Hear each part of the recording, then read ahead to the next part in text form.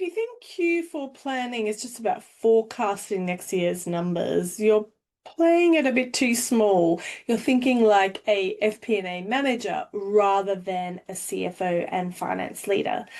My name's Alysha Randall and I am a fractional CFO. And in today's video, we're talking about the real role of finance in Q4. And no, it's not just building a forecast. This is really your chance to step up into a real leadership role so that you're a startup or scale up finance lead. So I run a fractional CFO company for startups and scale ups, and I also train new and aspiring finance leaders within this space, startups and scale ups. I wrote a book on that as well if you wanted to check that out. But I do post a video every single Thursday. So if you are interested in this topic, then please do click on the subscribe button below. So to think about how we are planning for Q4, the first thing I would want to suggest is that you really do want to connect strategy to numbers. So strategy is usually a list of ideas. It's not a spreadsheet. Launch in Germany or raise £5 million or double revenue. They're kind of some of the strategic things. But someone really needs to connect those ideas to reality, and that someone is usually you.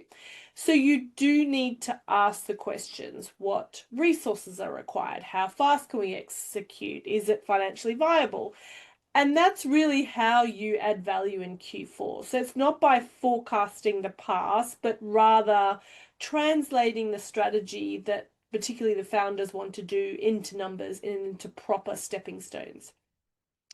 The second thing is really playing out scenarios. You want to run many different scenarios.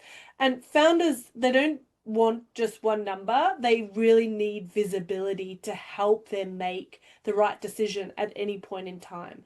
So I would definitely recommend that you build 3 cases. You have your base case, which is probably the one that will go to the board and you'll report against in your management accounts. You would also have your stretch case. So this is probably the one that will go to the sales team. And then you have your conservative case. So these ones will have trade-offs. They will highlight what happens when things break and will help the founders choose their bets wisely. So it's not about building loads and loads of model to make it confusing. Rather, it's helping with business clarity. The third one is building the team. So this one's really big and will actually probably spend most of your time in Q4. So you want to stop building budgets in isolation. You want to bring everyone in, bring in marketing, bring in ops, bring in product into the process and let them pressure test the assumptions. You want to encourage them and help them shape their own targets. Now, they will probably come to you with a wish list and lots of things that they want to do, and that's fine.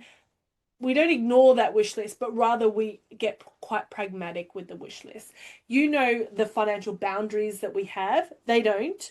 So you're working together. It's more of a collaboration rather than you just setting it all. So you will get much better numbers next year and much better buy-in if your leadership team is on board. And if you start with these is the strategy, these are the operational goals that we have in order to meet that strategy.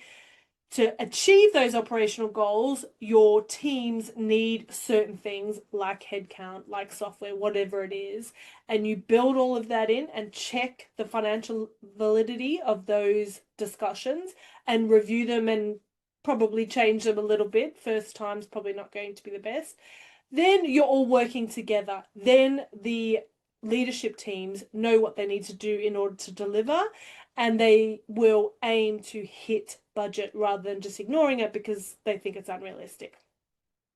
Number 4 is track lead indicators. So you don't want to wait for revenue actuals to go wrong in Q1. You want to track leading indicators now. So whether that's the sales pipeline or your hiring timelines or product delivery, These are essentially your early warning signs. So you want to build them into your Q4 dashboard so that you're not flying blind in January.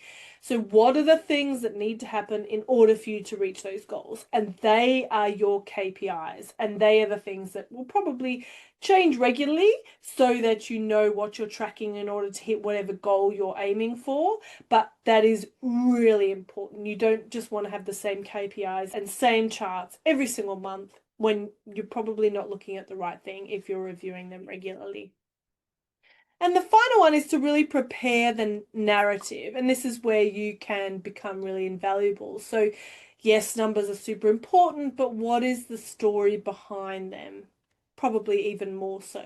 So, you want to write a one pager that your CEO will use in the board deck. So, you want to frame the why, the how, the trade offs, how did you get to that decision, and really help them sell the vision. And if you're able to do that, then you'll absolutely be seen as a strategic partner, not just a numbers person. So that's it really. 5 ways that you can show that you're a real finance leader in Q4 planning. So that was connect strategy to numbers, run real scenarios, collaborate cross-functionally, track lead indicators, and shape the narrative. So you're not here to just forecast the future by putting it all in a spreadsheet, but rather you're there to help build it. So if you are a new or aspiring CFO in a startup or scale up and you really want to be a confident and skilled CFO over the next 1 to 3 years, then here are the 3 steps to get that. The first one is to click the subscribe button. As I mentioned, I post every single week. The second one is take a look at my book, Financial Leadership Fundamentals, How to Become a CFO in a Startup or Scale Up. And the third one is to check out the FLF program. We work with people that want to be a skilled and confident leader within the next 12 months, and we help them get there. So thanks so much for watching, and I'll see you next week. Cheers.